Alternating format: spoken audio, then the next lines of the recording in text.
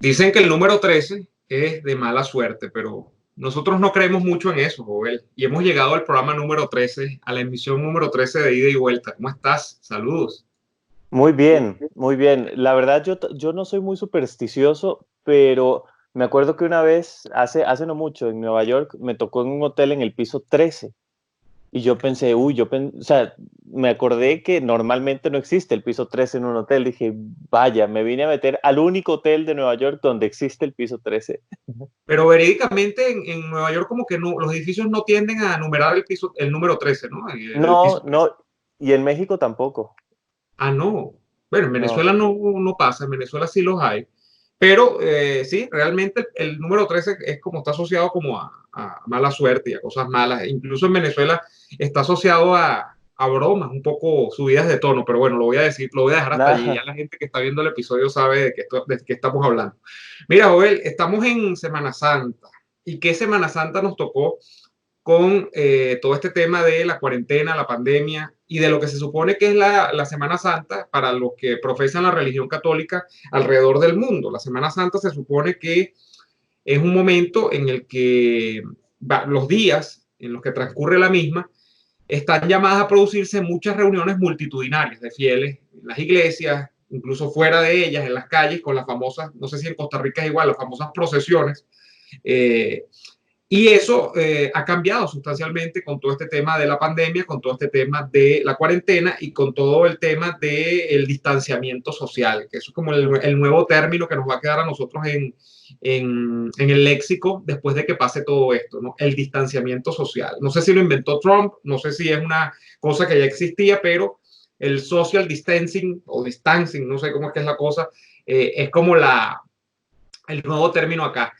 Fíjate que esto es muy curioso porque en Venezuela, por ejemplo, y arranco por acá, el día miércoles de la Semana Santa siempre se hace la famosa procesión del Nazareno de San Pablo. El Nazareno de San Pablo es este Cristo uniformado con una túnica color lila, púrpura, morada, Ujú. que carga a cuestas una cruz. Y es como el proceso de Cristo yendo hacia el Calvario, ¿no? Hacia el lugar de la crucifixión con esta túnica morada.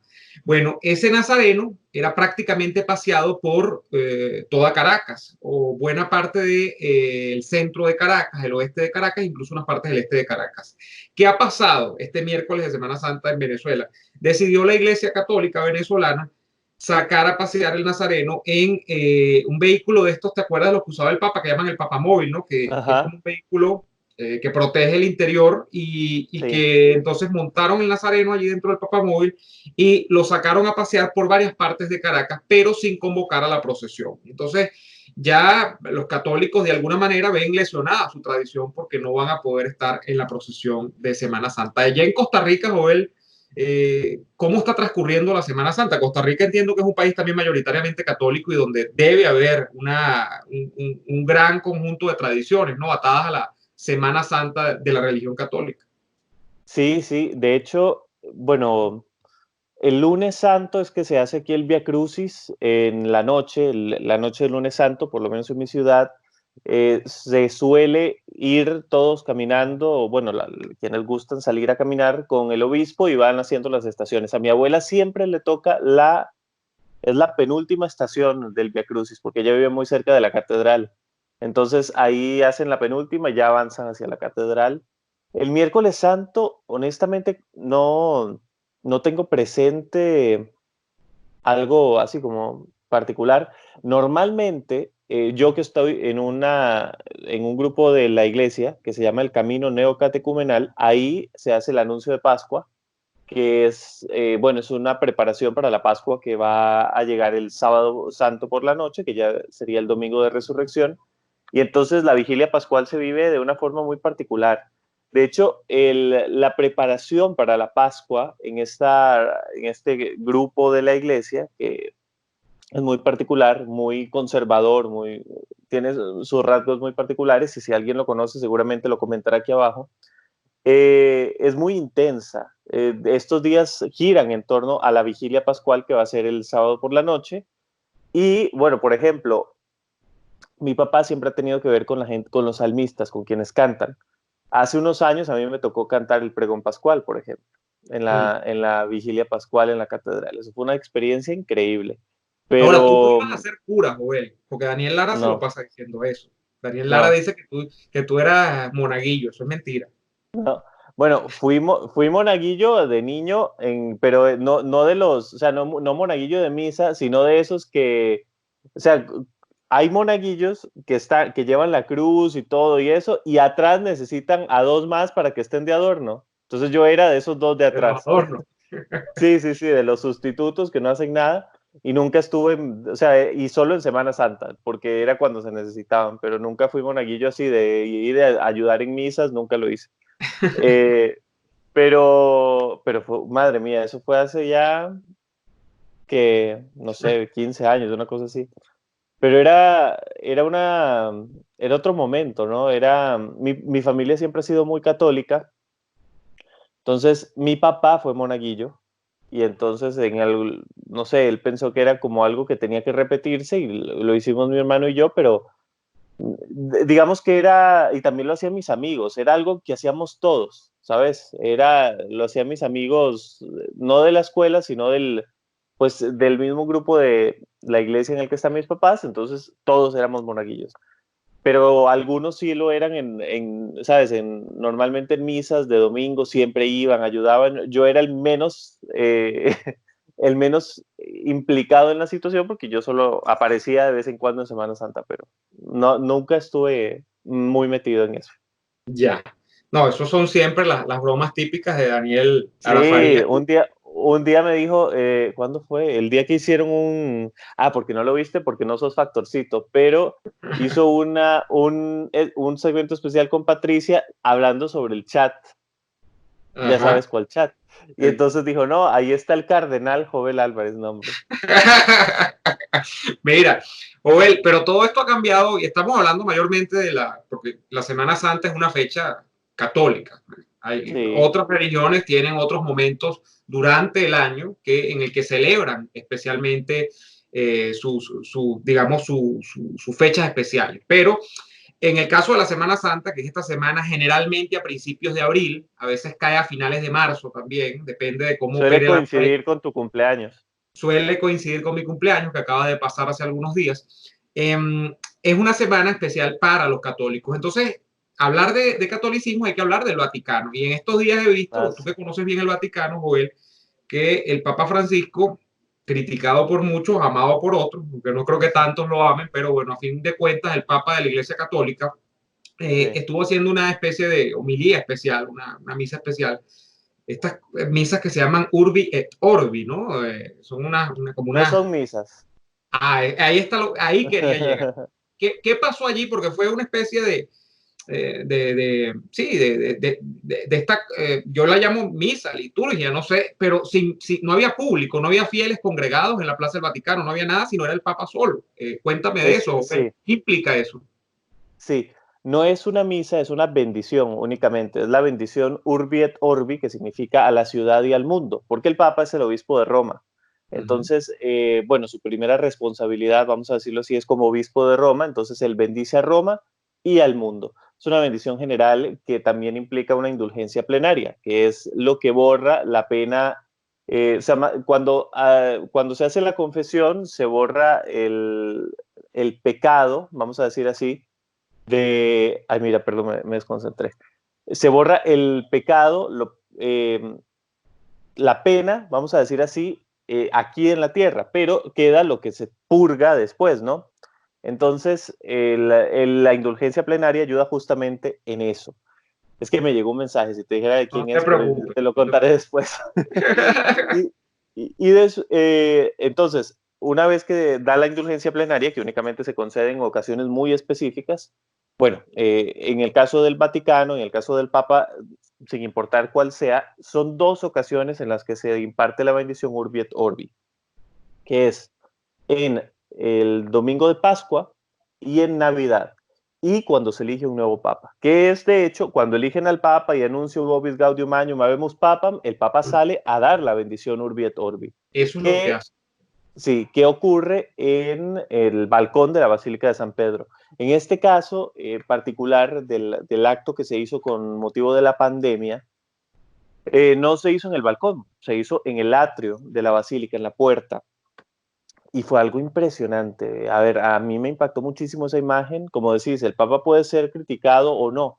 Yo, en el caso de la pandemia, he optado mucho por no politizar el rol del Papa, porque creo que en este momento lo que se requiere es resaltar su fase espiritual, porque el Papa es un líder moral, tanto en lo político como en lo espiritual. Pero en lo político ya hemos visto que es un ser, o sea, no vale mucho la pena entrar ahí, no hay nada que rescatar del Papa a nivel político, pero a nivel espiritual sigue siendo una autoridad y yo creo que en este momento le hizo mucho bien. En particular, si pensamos en un país como Italia, que es hasta ahora, y quiero hacer el énfasis en hasta ahora, el que más ha sufrido esta pandemia en cuanto a número de muertos y ya de contagios no.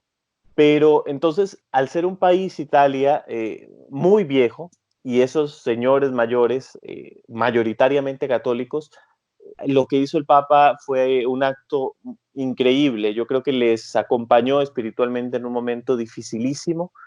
Y bueno, de hecho fue seguido en el mundo por muchísimos católicos y no católicos porque es algo excepcional, Neomar. Y de hecho, si lo pensamos, uno diría, bueno, pero ¿para qué adelantar la bendición Urbi et Orbi si ya viene la Semana Santa? Igual va a dar la bendición Urbi et Orbi el domingo de Pascua. Bueno, ahí el sentido fue justamente en el momento más difícil de la pandemia en Italia, bueno, fue el Papa a hacer este acto. Y vaya que la han pasado mal en Italia. Efectivamente, Italia, ahora rebasada, entiendo, por España, es dentro de Europa el país más afectado por el COVID-19, ¿no? Estamos hablando de una tasa de mortalidad superior al 10% de los contagiados. Cuando se Sí, decía que promedio la tasa de mortalidad del COVID era 2%. En Italia la ha superado entonces con crece. sí. Fíjate, sí, sí, Joel, fíjate que lo del Papa, yo no tenía pensado hablar del Papa acá, pero una cosa, y lo acabo de publicar, por cierto, en mi canal, que me parece interesante para aproximarse al tema del Papa, es esta película muy criticada también, que hay en Netflix sobre las dos visiones de la Iglesia Católica a través de los dos papas, ¿no? De two popes. Eh, Muy criticada porque de alguna manera se trata de ensalzar a Bergoglio mientras se deja como un poco atrás a Ratzinger, ¿no? Pero, ¿qué me dejó a mí ese documental? Y qué es lo importante sobre el Papa Francisco a final de cuentas, que yo creo que efectivamente tiene una visión eh, política de izquierda. ¿Y por qué? La pregunta es ¿por qué? O sea, más allá de si es así, ok, asumimos que es así, yo asumo que es así. Creo que el tema con Francisco es la impronta que dejó en Bergoglio en su época creo que fue arzobispo de Buenos Aires, eh, la dictadura militar argentina. Bergoglio tuvo que colaborar incluso con la dictadura. Eso fue antes de que él fuera arzobispo. Él era el, no recuerdo la posición exacta, era como el delegado principal de los jesuitas en Argentina. La cabeza el superior Ujú. de los jesuitas. Sí, superior. Era el superior de los jesuitas, efectivamente. De hecho, varios de sus subordinados dentro de la orden le criticaron mucho. Es lo que se refleja Sí. en la película, o eso es lo que dice reflejar la película, porque él estableció, Joel, de alguna manera un proceso de colaboración con la dictadura militar, según lo que refleja la película, para salvar más vidas de las que iban a salvarse si él se sostenía en una posición que era la que él defendía, que era la de izquierda. Sí. Él era en aquel momento, y como todo jesuita, que es una vertiente de la Iglesia Católica relacionada generalmente con la izquierda, con las teorías políticas de izquierda, él pretendía proteger a varios grupos que estaban dentro de la insurgencia contra la Ujú. dictadura militar. Entonces, allí lo que se enfoca, porque se nos va a ir entonces todo el segmento en esto, es que él quedó muy marcado por un remordimiento y un sentimiento de culpa por los crímenes que se cometieron allí y por lo que él siente que fue parte de su corresponsabilidad con esos crímenes, porque él iba y se comunicaba con los Ujú. generales de la dictadura, él iba y entonces eso es lo que reflejan allí. Entonces yo creo que para entender a Francisco, ese es un buen comienzo. Creo que es un Sí. tipo muy marcado, ojo, y digo tipo no en ánimos de peyorativos ni nada, sino porque además es un ser humano de carne y hueso, aunque sea el Papa, yo soy católico, muy marcado por esa experiencia, y a final de cuentas eso le va a terminar marcando hasta el final de sus días, donde él, por ejemplo, entonces no puede automáticamente condenar a la izquierda, y por eso es que hay algunas posiciones de blandura con determinados regímenes de izquierda alrededor del mundo, empezando por el tema del chavismo, el peronismo en Argentina, etcétera. Pero bueno, Joel, el tema de la fe en Semana Santa, ¿qué dura ha sido esta pandemia? Porque se supone que la fe es el último resquicio del hombre. El hombre, cuando no consigue explicaciones materiales a cómo solucionar un problema, hasta el más agnóstico, hasta el más ateo, que son dos cosas distintas, termina diciendo, Dios ayúdame, porque no encuentro qué hacer con este problema. Y eso puede estar pasando en medio de esta pandemia, donde todavía no hay vacuna, todavía no hay cura para el mal, y donde hay mucha gente que frente a la complicación de una enfermedad que literalmente mata a la gente de asfixia, es decir, tú terminas ahogando, pueda terminar invocando a Dios aún no creyendo en él. Y qué difícil para un católico que en medio de esta Semana Santa, incluso lo que era un acto natural de fe dentro del catolicismo, que era la congregación en procesiones, no se pueda dar. Entonces tú ni siquiera puedas tributar a tus santos, a tus creencias. Qué compleja la fe, ¿no? En tiempos de crisis, Joel. Sí, lo es. Y particularmente aquí en Costa Rica ha habido dos, curiosamente, las dos pandemias, las dos últimas han coincidido con eventos religiosos muy importantes. Esta con la Semana Santa y la anterior, la del H1N1 en 2009, coincidió con los meses en los que se hace la romería, que es la peregrinación a la que asisten 2 millones de personas todos los años a Cartago, donde está la Virgen de los Ángeles, se hace caminando. Entonces eso era un foco de contagio altísimo y se tuvo que cancelar. En efecto, las pandemias por algún motivo han coincidido con momentos importantes en la fe. Y es muy difícil explicárselo, ¿no? Es muy difícil explicarle o explicarnos a nosotros mismos por qué Dios permite una cosa como esta. Eh, es tanto el dolor, Neomar, es tanta la tragedia que nos ha tocado ver, que por supuesto que vienen muchas preguntas. Uno puede pensar o puede intentar asumir que hay algo y un propósito en medio de todo esto para cada uno. Pero el precio que estamos pagando, Neomar, por esto, por aprender esta lección, es altísimo. Y ya no a nivel económico, que también, obviamente las consecuencias económicas de esta pandemia las veremos y las sufriremos por un buen rato, incluso cuando se acabe la cuarentena.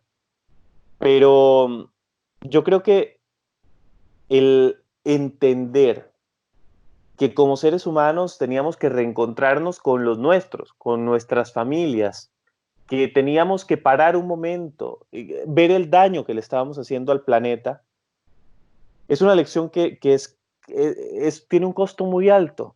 Y esperaría, he visto muchas previsiones de gente, de especialistas, que aseguran que el mundo va a ser distinto después de la pandemia. A mí me cuesta pensar que el mundo vaya a ser distinto después de la pandemia. Para serte muy honesto, yo creo que mucha gente está esperando que esto se acabe para volver a hacer lo mismo, para simplemente seguir. Entonces, en momentos como este, que se dobla o se redobla la inactividad, porque en Semana Santa ya de por sí estamos forzados a estar en casa, o los que se iban a las playas o todo, ahora están forzados a quedarse en casa. Es un momento para reflexionar sobre qué mundo queremos, porque esta pandemia nos está dando la oportunidad de volver a empezar. Entonces, cuando llegue el momento de volver a salir de casa, de volver a convivir, de volver a trabajar, ¿qué queremos hacer de este mundo? Yo esperaría que no siga siendo lo que es hasta ahora, lo que ha sido, porque hemos abusado del planeta y hemos destruido a mucha gente. Hemos visto cómo sistemas totalmente ineficientes como el socialismo se han tragado países completos, los han arrodillado. Entonces, cuando llegue el momento de salir otra vez, tenemos que pensar en cuál es el mundo que queremos dejarle a los que vienen detrás. Ujú. y algo muy importante, que es algo que, por ejemplo, los judíos han hecho muy bien, pasando de generación en generación lo que vivieron en el Holocausto. Nosotros tenemos que encargarnos de que lo que aprendamos ahora en esta pandemia, no lo olviden nuestros hijos, nuestros nietos, que ellos no tengan que pasar por lo que estamos pasando nosotros hoy para entender que el mundo se puede perder. Sí, Perdón. efectivamente, esto no te preocupes, que es alergia, que no es otra cosa. Sí, Mira, tengo que aclararlo. efectivamente, esto, Joel, a final de cuentas va a terminar replanteando el esquema de vida de mucha gente. Yo creo que sí, yo creo que, aunque tú dices que sientes que hay mucha gente que va a volver es a lo mismo, yo creo que hay otra parte importante que Ah, no va a seguir igual. Yo espero que la huella perdón, mi sea papá real. me vino a echar alcohol. Te echaron el preventivo allí por si acaso. Sí, Mira, yo creo que sí, esto nos ha replanteado, por ejemplo, la relación con lo material, la relación con lo accesorio, la relación con lo que no está vinculado al mundo de los afectos, a la familia, a los quereres, o sea, eh, una cantidad de cosas que uno termina diciendo a final de cuentas, Joel, ¿para qué las necesito? Si puede llegar una cosa de estas y en una semana me desaparece de la faz de la tierra sí. y no sé si voy a otro plano o simplemente me desaparezco, me fumo y lo que queda es el recuerdo mío, en el mejor de los casos, si es que acaso alguien conoció de mi existencia, o si no, en el peor de ellos, fui apenas una estrella fugaz que pasó por el planeta Tierra y ya no, sí, y no estoy. Entonces, Nosotros, esto es complicado. sí, nosotros tenemos una amistad, Neomar, que pensó que tenía el coronavirus, tenía algunos síntomas, y bueno, supongo que el miedo es algo que te paraliza, que te hace replantearte unas cuantas cosas. Al final esta persona, desde luego, no lo tuvo, el test dio negativo, pero es el hecho de enfrentarte a la posibilidad de la muerte. Y Sí, eso es algo que debe ser muy fuerte. Yo sé, por ejemplo, que en el momento en el que he tenido la muerte más de cerca, que fue en el terremoto de la Ciudad de México, obviamente hubo muchas, o sea, te enfrentas a una serie de preguntas y querer replantear lo que estás viviendo hasta ese momento porque ves cómo muchos mueren y te salvaste por algún motivo y querés pensar que si te salvaste es para poder hacer algo, para poder trascender, para poder, ¿sabes?, hacer algo que tenga un significado. uh-huh. Pero a veces esa oportunidad la dejamos ir. Entonces, si yo me pongo a pensar en que en realidad lo que aprendí en el terremoto de México ya se me había olvidado y ahora tengo que pasar por esto para volver a aprender, el ser humano está muy mal, porque llegan siempre eventos que quieren cambiarnos la vida y enviados por Dios, tal vez, y los dejamos pasar. Entonces, yo creo que esta Semana Santa es particular, nos da una oportunidad más de reflexión, pero, pero como seres humanos tenemos que entender que el mundo no puede seguir como va. No puede ser. Bueno, es verdad, Joel. Esta Semana Santa, ligada con cuarentena, nos ha dado mucho espacio para la reflexión. Esperamos nosotros que este programa, un tanto distinto de la temática que habitualmente abordamos nosotros en este seriado de ida y vuelta, haya sido del interés de ustedes, les haya gustado. Nosotros volvemos, Dios mediante, la semana próxima en una nueva emisión, ya en el episodio 14 de ida y vuelta. Esta fue la ida y vamos a la vuelta, Joel. No sé si vamos más políticos en la vuelta, ya nos sorprenderás tú en tu canal, cuyo enlace queda acá abajo en la descripción. La vuelta número 13 de este ida y vuelta. Ustedes la disfrutan acá abajo en la descripción. En el comentario destacado también del canal está el link al canal de Jovel Álvarez. Bueno, Y en Jovel, Spotify. y en Spotify, que ahora Joel está colgando sus episodios ahí en Spotify también. Acá en Venezuela te dije que no hay manera porque Spotify está desactivado en Venezuela. Entonces, Qué bueno, triste. para los que están fuera lo pueden disfrutar allí. Nada, Joel, hasta la próxima y hasta la vuelta.